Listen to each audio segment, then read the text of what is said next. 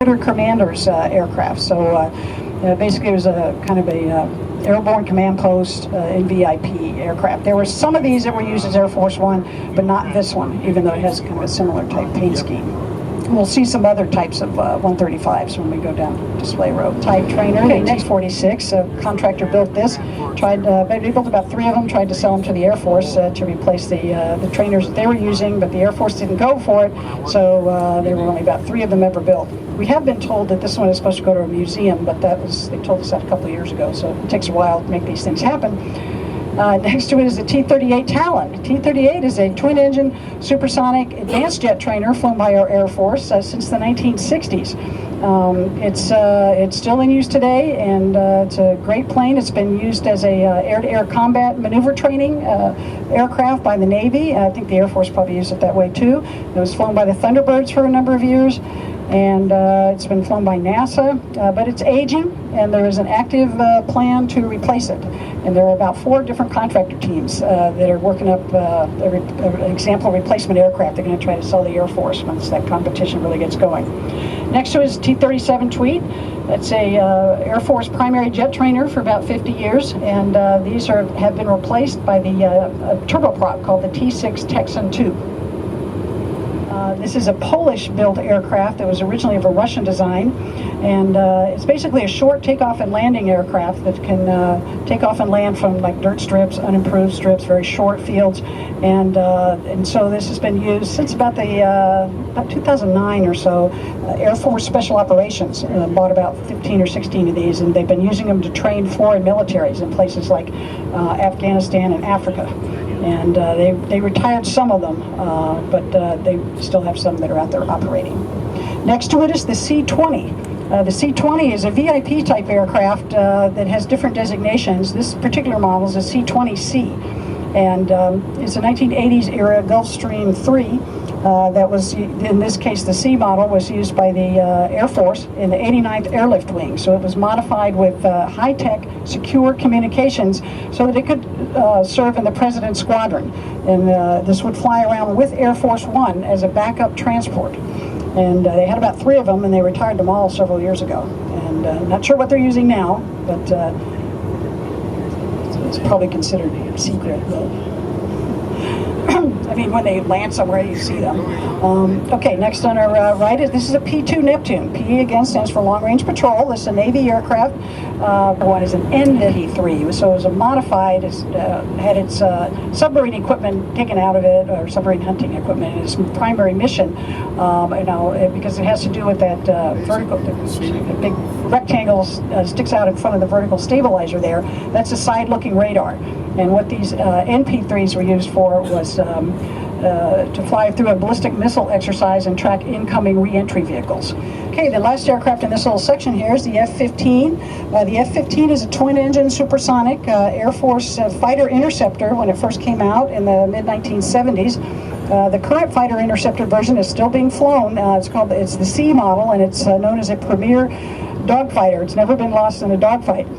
Now, in the late 1980s, they came up with this version here, which is the F-15E, and that is a ground attack aircraft called the Strike Eagle, and was flown through the mid to late 1990s by our Navy, our Marines, and our Air Force. And let's see, this aircraft was used heavily during the Vietnam War, both as a fighter escort and also as a strike bomber. And let's see, after they were retired, I also like to point out the Blue Angels and the Thunderbirds flew this plane, but not for too long, for a few years each. And after they were retired, over 300 of them were turned into full-scale aerial targets, or target drones. So I understand they put one up the road there that we're going to see, which will be new because I haven't had one there before. But in any case, so that's the F-4 Phantom, and they should be all retired except for the drones for our services. There may still be a few allies that are flying it. Next to it's the A-7, and they were also based at the Air Guard base over at Tucson International. And okay, now I'm going back over here. Okay, this plane was built for. Yeah, that looks like an A-10. Yeah. Yeah, there are quite a few of them there. I think they just came into the break, 4 of them, and then they're coming around to land. So, sorry, the A-3 was a Navy attack airplane. This was built for strategic nuclear attack.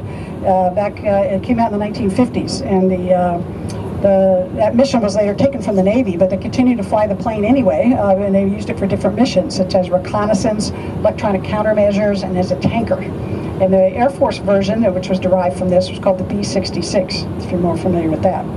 Next to it is the A-6 Intruder. The A-6 is a twin-engine subsonic ground attack plane flown by our Navy and Marine Corps from the 60s to the 90s.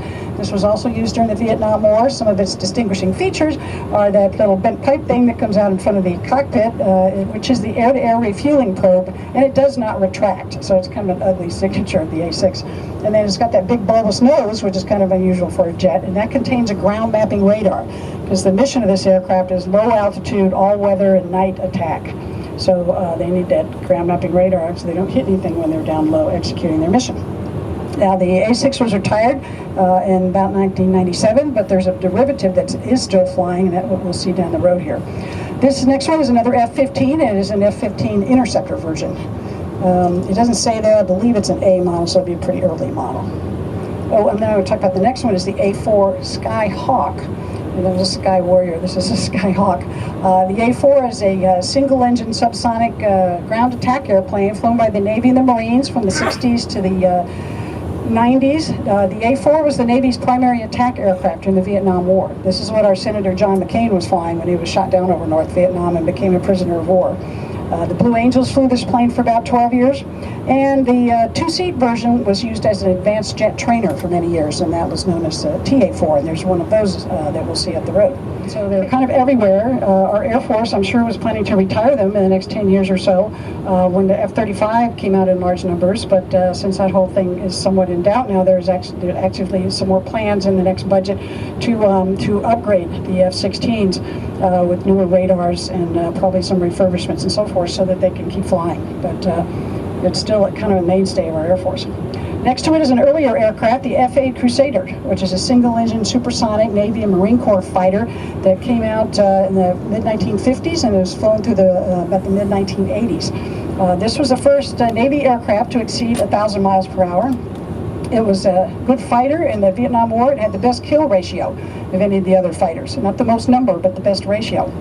And there's also an important reconnaissance version called the RF-8. But its primary use was as a strike bomber over North Vietnam. This particular model is a different model, not used as a strike bomber. The G model, the F-105G, had a role called Wild Weasel, which meant it was used as electronic warfare version or air defense suppression. So this thing would try to take out the radars and the missile systems, the surface-to-air missiles that might be shooting at our aircraft. So that was what the G model was used for. Okay, let's stay on the right here for a couple. Next one here on the right, the twin turboprop, is called the TC-4C Academe. This started out life as a Gulfstream 1 business type aircraft that was modified by the Navy as a trainer to train A6 bombardier navigators. So they had to put that A6 nose on it so that it had that same equipment as the A6, and they could basically train about 6 navigators at a time instead of having to send an individual A6 out to train them how to use those radars. Next to it is another A6 related aircraft. This is the EA-6B. It's called the Prowler. And it doesn't look exactly like an A6, but it's derived from the same airframe. But there are a lot of differences. But this has an electronic warfare mission. It came out, maybe 5 or 10 years or so after the A6 came out. And it was kind of redesigned just for the electronic warfare mission. So its mission is air defense suppression, electronic countermeasures or jamming, and also electronic intelligence. The Navy practice of using a helicopter to lift supplies off the deck of a supply ship and transfer them and drop them on the deck of a combat ship. It's an efficient way of delivering supplies at sea. So Marine Corps used it for air assault. Now the Marine Corps is still flying them, but they're in the process of phasing them out and replacing them with the MV-22 Osprey, an important helicopter. It came out in the 1980s and is being flown today by all of our services, configured for many different types of missions. This Navy one was used for anti-submarine, anti-surface warfare, search and rescue, medevac, Navy SEAL insertion, and vertical replenishment, among other jobs it had to do.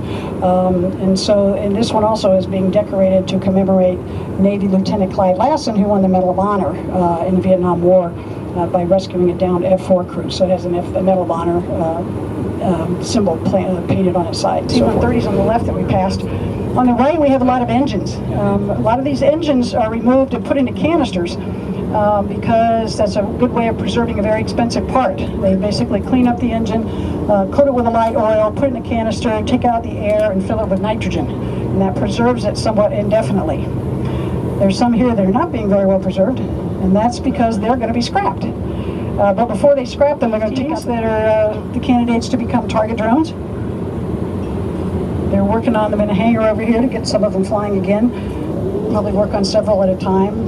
Don't do them all at once, of course. Those are RF-8s over on the left.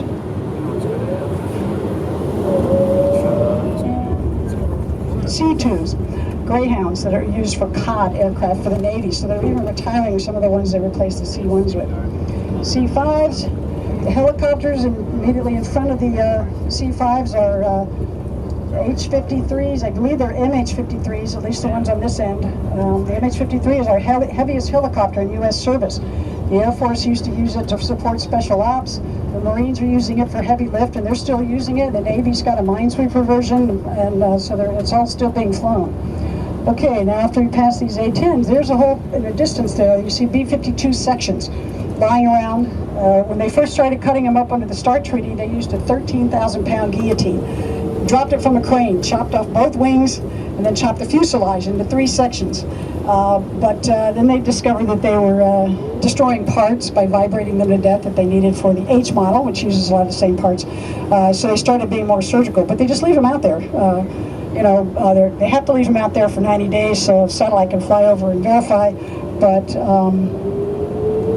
that's where they live now. So when we need the parts for an H model, we know where to find them.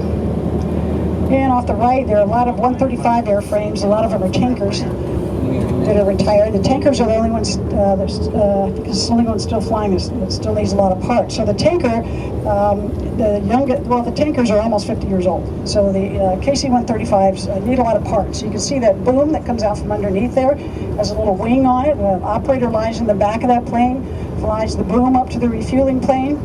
These are old 707s. The Air Force bought a lot of them when they were retired by the airlines so they could use them for parts. And these are current model, our model KC-135s, which are retired.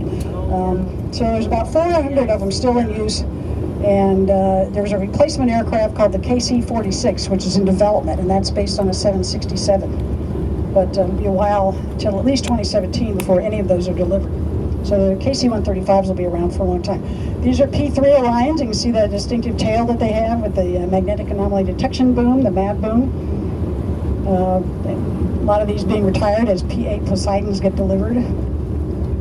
Now here's some E-2 aircraft, airborne early warning aircraft. It's like the one we saw parked up at the wash rack, only older. They have a radome on the top, and notice how they fold their wings. All Navy aircraft have to fold their wings because you got to make room for them all on the carrier deck. Okay, so most of these other aircraft we've talked about on Celebrity Row, including the S-3, and there's a T-38 here, and some F-16 bodies, and some H-3 helicopters. But coming up here, there's an AVAB Harrier, the Marine Corps vertical and short takeoff and landing jet. So that's where most of the maintenance is done here, including a lot of contract work that they do or upgrades. There's an old S-3 over there. I don't know what it's doing over there. Okay, now we're passing on the right, and we'll swing around. Most of those are KC-135s, 135 airframes. And then some H-1 series helicopters up here.